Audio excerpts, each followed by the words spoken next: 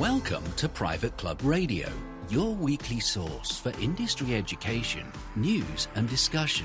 Broadcasting from Tampa, Florida, ladies and gentlemen, here is your host, Gabriel Aloisi.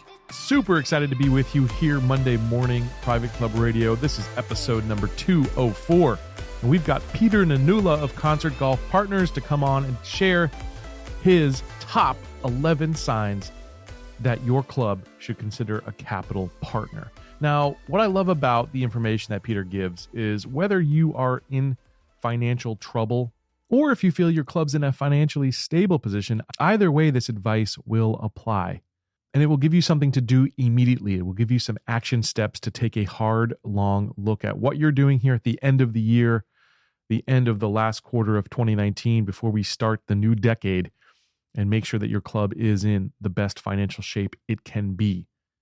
Before I bring Peter on, just want to let you know, give you a little bit of an update of what's going on over at the Let's Play Through show. That's the new YouTube channel. I hope you'll check it out at letsplaythrough.com or just go to YouTube and type in Let's Play Through.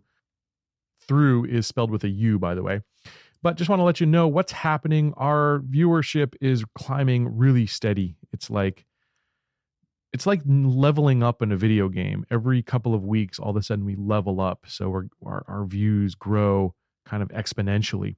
We've now crossed over the 20,000 viewer threshold. So I want to say a big thank you to all the listeners here at Private Club Radio who have actually watched it, who have shared those videos on social media. I really appreciate you doing that. That's what's helping us get more eyeballs on the show, which, again, if you know my mission, is to get more people into the game of golf. That's the ultimate goal for the show. So thank you for sharing the show if you've been one of the folks that have done that. All right, without further ado, let's bring on our featured guest. Well, I'm happy to welcome back Peter Nanula of Concert Golf Partners. It's been a while since he's been on Private Club Radio, but he's here with us again today. Lucky to have him back on. Peter, how are you, sir? Excellent, Gabe. Good to hear your voice. You've been busy. You got all kinds of things happening. Tell us what's been going on this summer. Yeah, I guess the biggest news for our company is we raised a big pile of new capital, another $100 million to go invest in more clubs. Congrats. As well as in our existing clubs improvements. Yeah, so that's really good because, our industry is, I guess it's feast or famine. It comes and goes with regard to capital. And so we always like to be loaded with capital so that we can always be investing in clubs. That's right. And this has been 10 years now of a great economy. And so, if you're looking into your crystal ball, what are you thinking is going to happen here in the next 10? Yeah. So I'm no prognosticator. I don't know how good you feel about your predictions about the economy, but I think most of the sort of savvy followers that at least I watch would tell you that because the dreaded yield curve has inverted recently, we're looking at a recession of some magnitude in the next 1 to 2 years. Mm-hmm. So it may not be immediate, may not be in 2020, but pretty soon after that, I think most serious economists would say, this bull run we've had that's been pretty amazing, it's going to hit some sort of turbulence in maybe 2021. Right. So that means the great times we've had for the last 10, 11 years are going to turn somewhat negative. It might not be quite like the 2008, 2009 Great Recession. Probably not going to be of that magnitude. But if you imagine all these clubs that you and I speak with about membership, about all their issues, imagine them now, instead of being in a fantastic economy that's growing every quarter, now they're in a headwind where things are declining. It's time to get serious. Yeah. And for clubs that didn't really take advantage of these last 10, 11 years of great economic prosperity, I think they got to start thinking about some options, right? I know you just recently put out this really good list that I saw come through my email, and that's why I wanted to grab you and get you on the show. But you put together 11 signs that if you really haven't taken advantage of the good times, maybe you should start to think about recapitalization. I'd love it if you could take us through that list, Peter.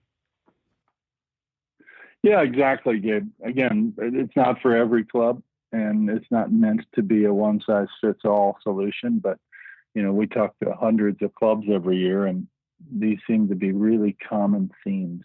So yeah, let's dig in. Top 11 signs your club may need to recapitalize. First one here, we don't have a wait list to join. Why is that such a important sign of a club's prosperity? Right. So, I think everyone knows that in every town in America, there's at least one or two clubs that have a wait list to get in. These typically are the old line, really established. Sometimes people call them the blue blood clubs that have a critical mass of the wealthiest, most successful business people. They've just been around forever, and they have that nucleus established. And so you want to join, you got to put your name on a list, and it might be a relatively large initiation fee to join. Well, great. So there might be one or two of those clubs in your town, but the rest of them, even really nice clubs, do not have such a wait list. So why does that matter? Well, the main thing is, if you think about a country club as a business that at one point may have had 350 full golf members or 400, pick your ideal scenario. Maybe 2006 was your peak. Yep. When they didn't need you, Gabe, to help them sell memberships. And now they're at 280, right? So what does that mean? Well, that means they might be down 60 or 70 full member equivalents times, pick an average number, $8,000 or $10,000 a year of dues plus other spending. Yeah, probably the low right? end. That's yeah, 700, probably at the low end. So that's $500,000 to $1 million a year of dues and other spend, just pure cash flow for that club. Right. Well, most of these boards are not able to cut their costs, change their service offerings in such a way to save $1 million a year. They might trim around the edges, but they're not going to go saving $1 million a year. So a club that used to break even is now facing operating shortfalls every year. That's a big problem because the spiral that happens when you have an operating shortfall every year. You got to charge the remaining members. Let's say we have 280 now. You got to charge them more to be a member of the same club. Right. Not good. Yeah, and over 10 years, you're talking 10 million. That's a new clubhouse addition, or renovating the golf course. All kinds of things that aren't going to happen because you've been operating that way. Exactly. And then you got the flip side of that, which is number 2 on your list. You've got clubs out there that right now have a wait list to get a refund. Let's talk about some examples there. Yeah, we find this one very often is kind of a sleeper. It doesn't really come up in our first conversations with the board, right? They're a really nice club.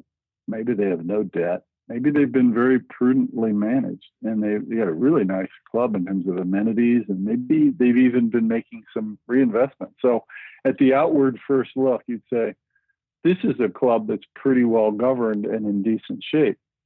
And then in like our third conversation with them, a board member will say, well, we have 70 people on a sell list. What's a sell list? Well, I paid 40 or 60,000 to join way back when, and there's some sort of a refund program when you leave. I get my money back, or I get some portion of my money back, et cetera. Well, you've got to put your name on a list, and then when your name comes up to the top, we'll write you a check. Mm-hmm. Okay, well, if there's 70 people in front of me, you might go into the membership director and say, hey, how many people are we issuing refunds to per year? And you may or may not get an answer. Yeah. Or they'll say something like, we refunded 4 of those last year. Right. Oh. So then you, on the back of an envelope, you do the math and say, wow, I could be waiting around 10, 15 years to get a check back. This isn't good. And then the word spreads around the club that we have what somebody called an exit trap. You can join the club, you can get in, but you can't really get out if you have to keep paying dues, and you can't really get your refund for 10 or 15 years after you go on the sell list. Not good. Right. Yeah, that can be really scary. So if you've got one of those looming, that could definitely be a big time sign, I would say. Let's move on to number 3 on your list there, Peter. Clubs that have looming assessments. Let's talk about that one. Right. So the normal way that most member-owned clubs fund their improvements is to scope the improvements they want to make, do some focus groups, do some cost estimating and come up with a budget, 3 or 4 million, 10 or 12 million, whatever it is. And then they will go back to their membership and say, here's some options for how we'll pay for it. And usually in that mix, whether they borrow some from a bank or they don't, usually in that mix is every member needs to put up $3,000, $5,000, $10,000 in a one-time assessment, or spread it over 5 or 10 years. So basically everyone's got to put in $5,000 or $10,000. Okay. Well, again, at those elite clubs that we talked about before, no problem. There's a wait list of guys like you and me that want to get into that club.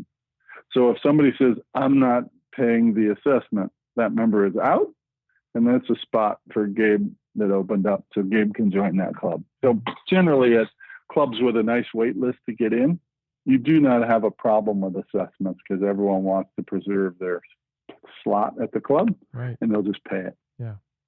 But at most ordinary or really nice clubs that don't have a long wait list to get in, there's usually some pushback when the assessment comes around, and it comes in a number of forms. Older members don't want to pay for anything. Sure. Tennis members don't want to pay for new greens. Golf members don't want to pay for new tennis courts. And so you have these lively debates. And I say the common problem that I see is the bylaws usually say something like you need a 51% vote of the membership to pass an assessment. Well, great. We can get 55 or 65 or even 70. The problem is, even with a 70% vote, that means you may have 30% of your members vote against the assessment. And that means that even after you push it through as a board, you're probably going to have 20, 30, 40 members up and quit. Right. They basically have decided, I don't want to write a $5,000 or $10,000 check to remain a member of this club. Mm-hmm. So I'm not going to pay it.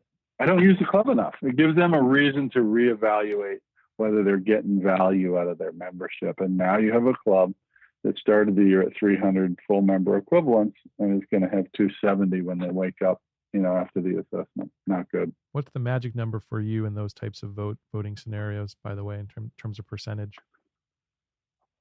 Yeah, the magic number is definitely not 51%.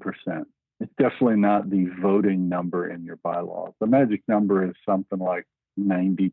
If you can get 90+% to vote for an assessment, that means that you're probably not going to get a significant amount of attrition, and you can probably offset that attrition right, with some new members that you'll get because you did some exciting improvements. But if it's well below 90%, you're probably looking at several years of headwinds in terms of operating shortfalls, membership shortfalls. Yeah, just dissatisfied folks in general. That's never a good thing because they're not referring new members. They're not getting their friends to come check out the club when they're unhappy. So, absolutely. Let's move on to number 4 on your list. When clubs have capital projects that need to be done, but maybe they still have debt left over from the last ones. What can you say about that, Peter? Yeah, so this feeds into the one we just talked about, assessments. I mean, it's one thing to go out with an assessment for $5,000 or $10,000 up front. I would say most clubs we see, I don't know about your experience, but most clubs we see will say, all right, we're going to spend $5 million, divide by 300 or 400 people, it's $10,000 or $12,000 a person. But why don't we spread it out over 10 years? That's $1,000 a year per each member. That's $83 a month. That's no big deal. Dues are $650 a month. We're going to go to $733 a month. If I got my math right, we're going to put an extra line item on your bill. Regular dues, $650. 83 is the new capital assessment surcharge or whatever they call it. Right. So the problem is if you still got $4 or $5 million of debt from your last round of improvements and you were paying for that debt service payment by adding $83 a month to everyone's bill 5 years ago. Okay, now we're going to do that again. Okay. So now we're going to add another $83 a month on everyone's bill, and we just went from $733 to $8 something a month. Yeah.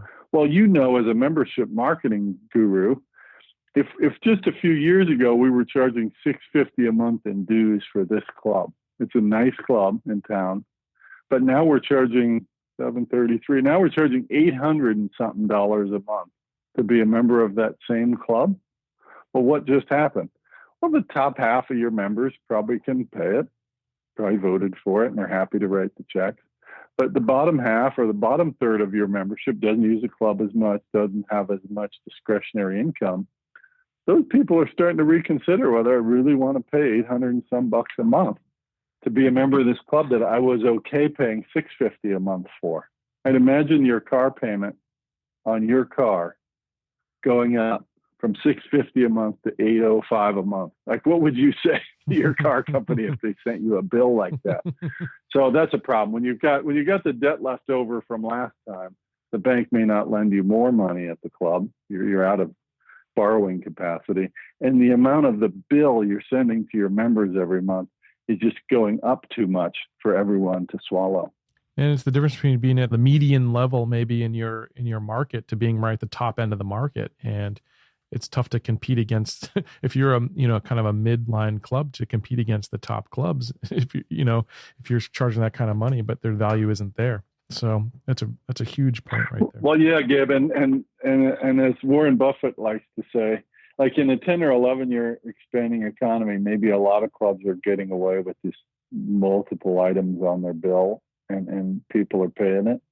But Warren Buffett likes to say, you only know who's been swimming naked when the tide goes out, right? It's one of my favorite images.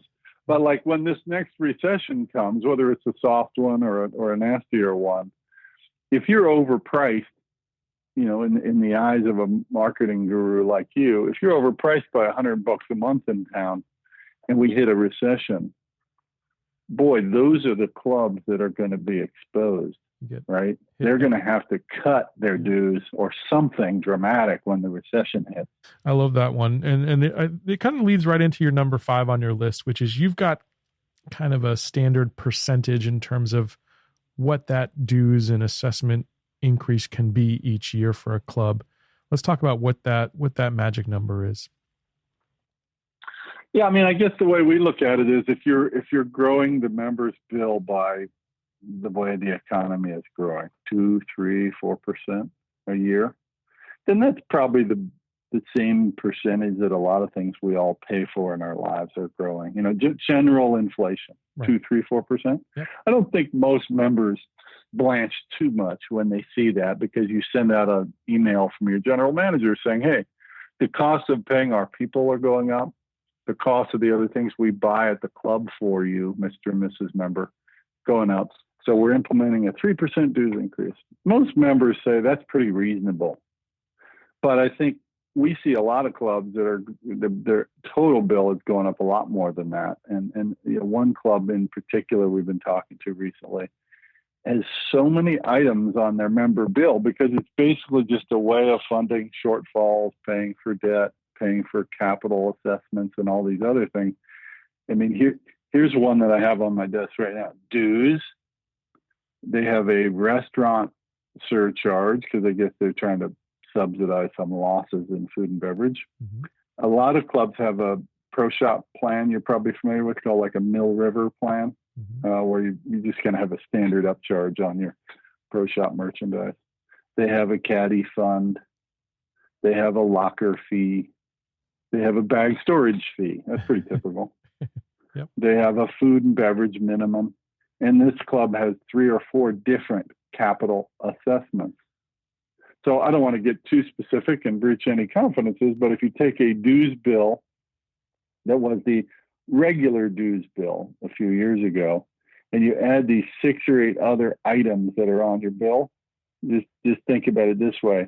If the total member bill is another 50% on top of the regular dues, that's a big problem. Yeah, absolutely. Right. And so, yeah, the idea that the high level is if you're growing the members' bill by more than inflation, 2, 3, 4% in a given year, you're asking for more attrition. Yeah. And people hate that ticky tack, charge this and this and that and that.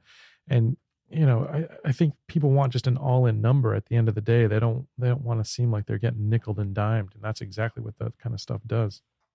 Yep. We're seeing that trend too. Yep.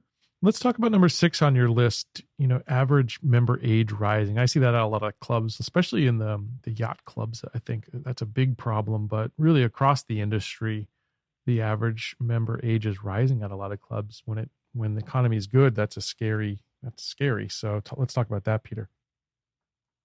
Yeah. So, a lot of boards that we talk to are working hard to try to get younger families into their club, which is good. It shows the board is focused on the right things.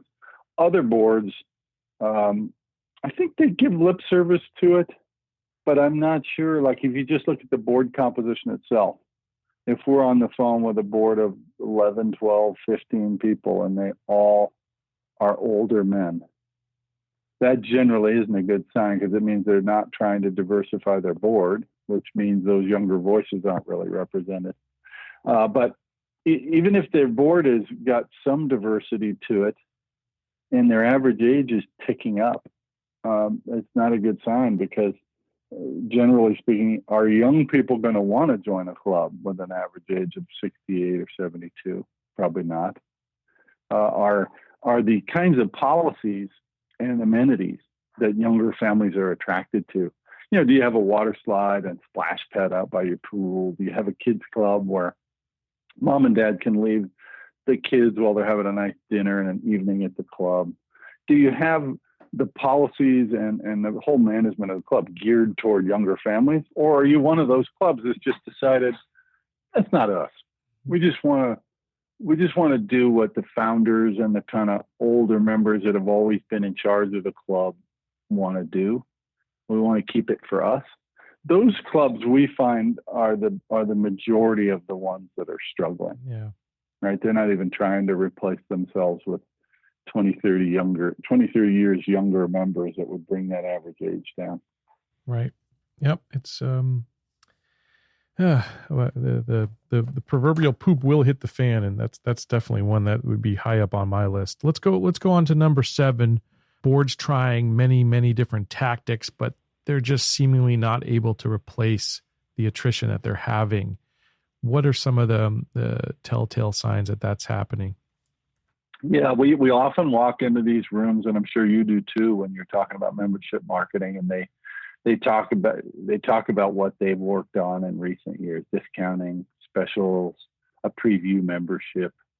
We've tried to get members to sponsor their friends and different sales tactics, and so they can't seem to keep up with attrition. They're treading water, they're flat, or they're slightly down in terms of number of full member equivalents. Or the one you probably hear a lot, we're replacing a lot of full golf members with socials. Yeah. Well, socials don't bring in the same amount of dough as a full golf member, right? Right. And so the problem I see at the board level is you've got 3 board members out of 9 replacing every year, typically.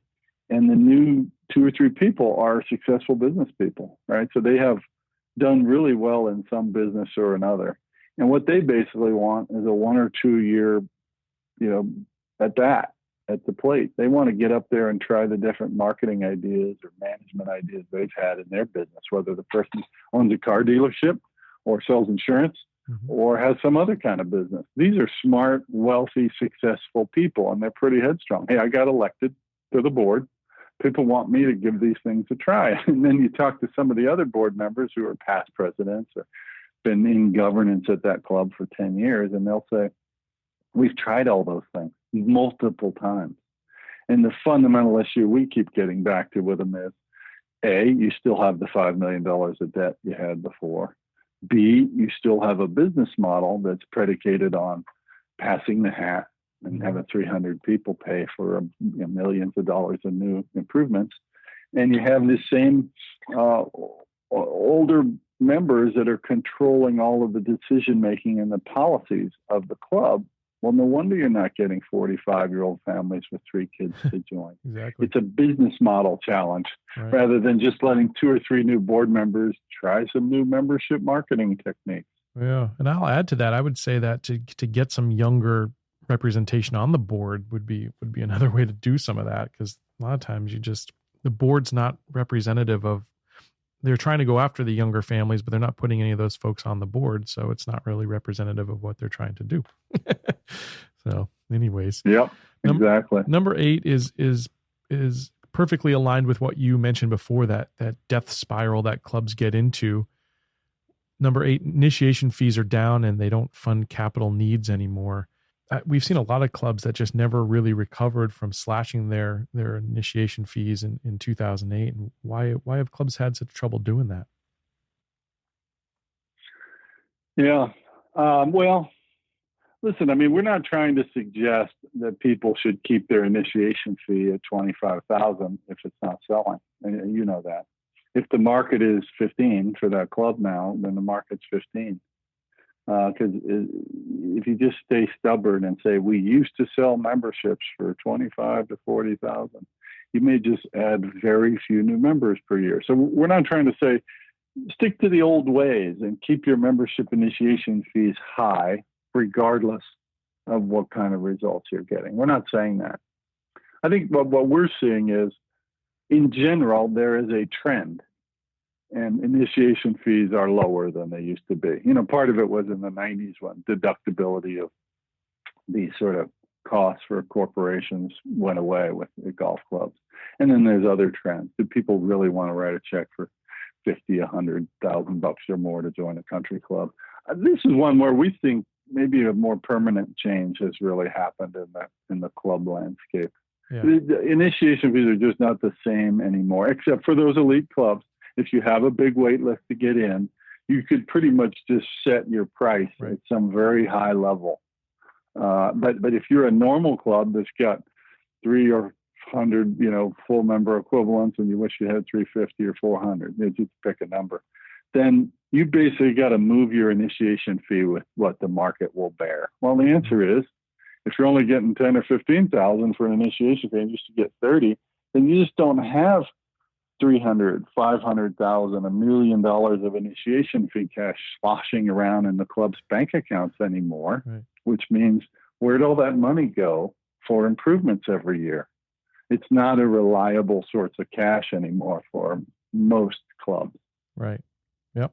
Well said.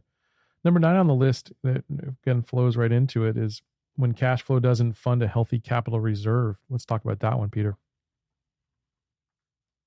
Yeah, so I think what most of consultants, yourself included, and the other strategic kind of consultants that advise boards in our industry, you have a lot of them on your show. Most of them would tell you really should fund a capital reserve every year. And then you have these capital reserve studies that come out that say we need to spend $5, $10, $15, $20 million upgrading our physical plant over the next 5 to 10 years. Okay, well, do the math. We need to spend $1 million a year for the next decade, or $1.5 million a year. Well, wait a minute. We don't have that much money sitting in the club's cash accounts. We're just trying to break even operationally, pay our debt service, right? Yep. Pay for a couple $100,000 of capital, things that our general manager says we have to do. Cart path busted, HVAC, carpet paint, just to keep up with the basic, wear and tear on the club. That's mostly where the vast majority of clubs are. But if we're not building up $1 million or $2 or $3 million, we can't do any big, exciting projects that are going to get people to join the club, certainly. Right. So that's a big issue. And sometimes we'll see a board that has really been disciplined about putting a bunch of money aside every year, but it's rare. Yeah. And then that leads to a 3 to 5 year process where at some point they got to do something more significant. Sure. Yeah, and probably goes to the nature of most boards, which is that they're on it for a year or 3 years and at maximum, and maybe they're just not thinking long term. A lot of times they just want to. They come in with an agenda that they want to take care of. And it's tough to get that strategic plan in there. Number 10, I also really love is a 10-year economic expansion. It's not really put these clubs in a strong financial position in general. What are some of the things that are going to happen once that next recession hits, Peter? Yeah, so our experience is, we've been doing this for 25 or 30 years, so that's a bunch of recessions, is that when this next recession comes, you're going to have a situation where your general manager's got to freeze dues rates, right? Send out an email to the members saying, times are tough. We know some of our members are struggling in their lives and in their business, so we're not going to do our normal 3% dues increase. Okay. So dues rates are flat. You've got fewer new members joining in a recession. You've got more member attrition. I think the statistics I saw when there was data out there from publicly traded club companies was that membership attrition will go up by something like 50%. So if you're used to losing 30 or 40 members per year at your club, you might lose 60 now, 50 or 60 members. Okay, well, that's typical because, you know, a recession impacts people financially, and that's one of the things you might drop your family spending on. And then even the members you keep probably going to spend less at the club. Definitely are going to spend less around Christmas time. You know, when you have your big Christmas parties and you're having your lavish events in times like we're in today, those parties are going to be smaller. The per head charge you can get at that wedding or banquet is going to be lower. So in general, revenues are going to drop. Overall, clubs got to tighten its belt, right? And so I keep reminding these boards that we're in the best of times right now. And if you're still struggling with your debt or your membership levels or getting behind on capital improvements, boy, wait till a recession comes. You really need to get out in front of this thing. Buckle up. That's right.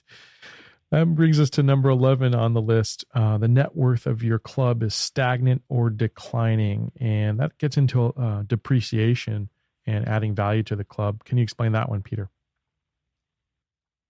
Yeah, so this is probably a little bit obtuse for your average board member, but for those on the finance committee or CPAs, you know, basically depreciation might say $400,000 a year. The assets of your club are depreciating by this amount every year. And then if the club's board only allocates $100,000 that year for improvements, it gives the GM $100,000 to do break fix and other things. That means you're not keeping up with the rate at which your club's assets are depreciating. It's sort of a leading indicator, as the club benchmarking people would tell you. It's a leading indicator that the club is not keeping up with the necessary capital improvements to keep their physical plant in shape. I would say this statistic is probably most clubs we talk to. It's very hard for them to reinvest every year. Like you said, with changing board members, it's hard to stick to a business plan for 5 or 10 years when you have new presidents and new agendas every year, every other year. It's very hard for them to reinvest the same amount as a depreciation number would tell them to invest. So it's just a common challenge. And so this is capital related. Like I said, the core of all these 11 indicators are the capital issues that all these clubs face, plus their business model being member owned and member funded, and their governance, rotating boards of people with different agendas, is difficult to sustain even in the 10-year expansion. So when things get a little bit softer in the economy, it's going to get tougher for people. So we advocate them being proactive, look for a management company to help them, call you and other membership marketing firms, just sort of get more proactive about putting their club on a sound footing. Yeah, absolutely. I mean, there's, if you're starting to tick these boxes off and you see 3, 4, 5 or more of these that sound like you, there's some options out there. Let's talk about the different types of options and then maybe what makes your unique solution, Peter, with Concert Golf Partners. Yeah. So like I said, I mean, if you see a half a dozen of these, you can check these boxes for your club, then you know that you should be more proactive as a board in looking at options. You should be thinking more about investing more in your physical plant, paying down your debt faster, et cetera. But if that isn't likely to happen, given the current composition of your board and the current temperature around the club, there's several options people pursue. Number one, like I said, call a golf management company. There's Troon and Kemper and Billy Casper. There's a bunch of these companies that have decades of experience at running clubs and taking advantage of some purchasing power and some best practices that can sometimes help clubs, whether it's food and beverage or golf operations or you name it. And we see more and more clubs adopting that, getting help. A second area is hiring top-notch consultants. And as you know, not all are created equal. Right. But in the membership marketing arena, you've got yourself and you've got Creative Golf Marketing is very active. You've got a number of firms that do membership marketing.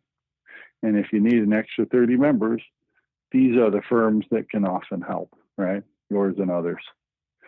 There are buying groups, right? So general manager could try to take advantage of little, discounts on some of their purchasing by pooling their buys with other clubs.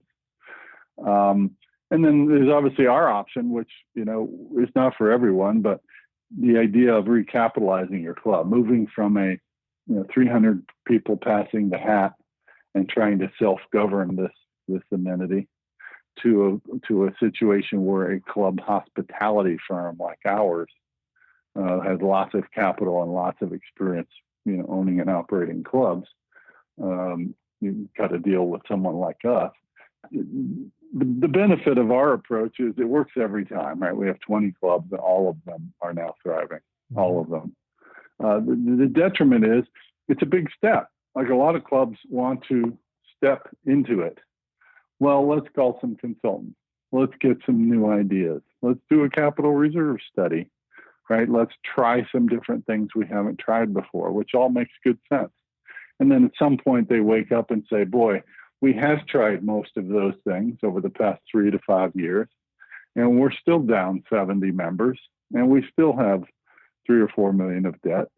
This is unsustainable as a business model. So we really do need to talk to, as a fiduciary sitting on a board, we really need to talk to all the different options. Yep, that's right. Well, I think, I've seen the results that you guys have had around the country. And like you said, it's maybe not the option that every club needs to take or would be the best option for them, but for a lot of clubs, it really is. And I hope that folks that were, checking off some of these right off their list, or maybe some clubs out there that checked off all 11, they at least explore what Concert Golf and what you, Peter, can bring to the table and how you can make that transition kind of as seamless as possible so that members can just go back to enjoying their club, which is why our clubs exist anyways. They're places of enjoyment, not so you shouldn't have to be, like you said, passing the hat around every month or every year, but really just being able to enjoy something and feel like you're getting the value out of that. And I think that's one great reason to consider what you guys are doing, Peter. If folks want to reach out to you, maybe just explore that option a little bit, what's the best way to do that? Yeah, the best way is just go to our website, concertgolfpartners.com, or to just call me, 949-715-0602. And it's a confidential chat, Gabe, just like you. You'll talk to a board member about their club on a very confidential basis just to explore. And if I can refer them elsewhere, I will. But if our option is a good one for them, we'll get into it with them in more depth.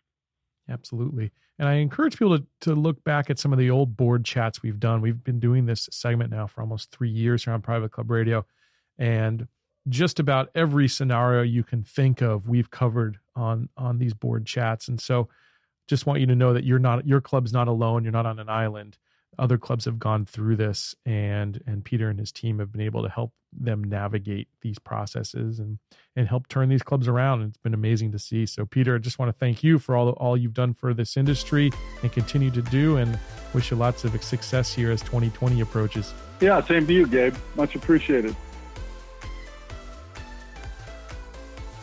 I'm heading off to the Middle East here right after Thanksgiving. I'm hopping on a plane. My first stop is Qatar, and we'll be speaking to the Club Managers Association of Europe, Middle East, and North Africa chapters.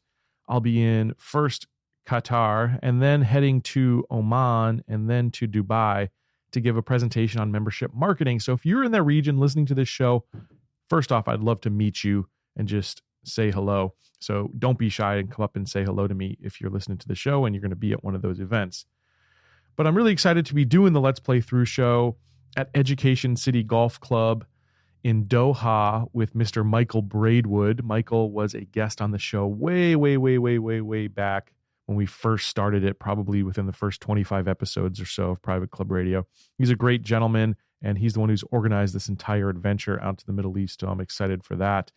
Then in Dubai, we're going to be doing the show over at Emirates Golf Club, and we're going to head over to Dubai Creek as well, which is all part of the Dubai Golf family, and really excited to be doing the show over there. So taking the show international here.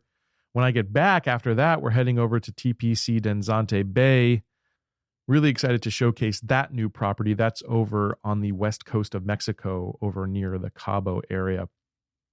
So I'm going to be gone basically for 3 weeks. So actually what I'm doing today is kind of getting all the shows ready for me being gone. They'll be able to automatically drop while I'm gone, so I don't have to podcast while I'm on the road. So that means I actually know the schedule in advance of what's coming. So I'll share that with you. Next week, we're going to be talking to two really great young managers in this industry, two up-and-coming leaders of the private club world, Ben McWilliams and Dominique Gray of Dunwoody Country Club, just outside of Atlanta, Georgia. They're going to talk about young leadership, how you attract younger talent to your organization, how do you retain them and keep them really engaged in your brand as a club. I think that it's going to be a really interesting conversation for you to hear. The week after that, we're going to be talking about how you can use text messaging to actually develop your membership. So if you've got prospects that are coming in on a website landing page, or somehow you're generating membership prospects and you're looking for a unique way and an interactive way to follow up with them, we're going to talk about that on December 16th with Justin Bear. So just some cool episodes coming at you here to end the year. Make sure you keep tuned to Private Club Radio. Every single Monday, we'll be dropping those episodes. I hope to catch you back here next week on another edition of Private Club Radio. And until then, here's to your membership success.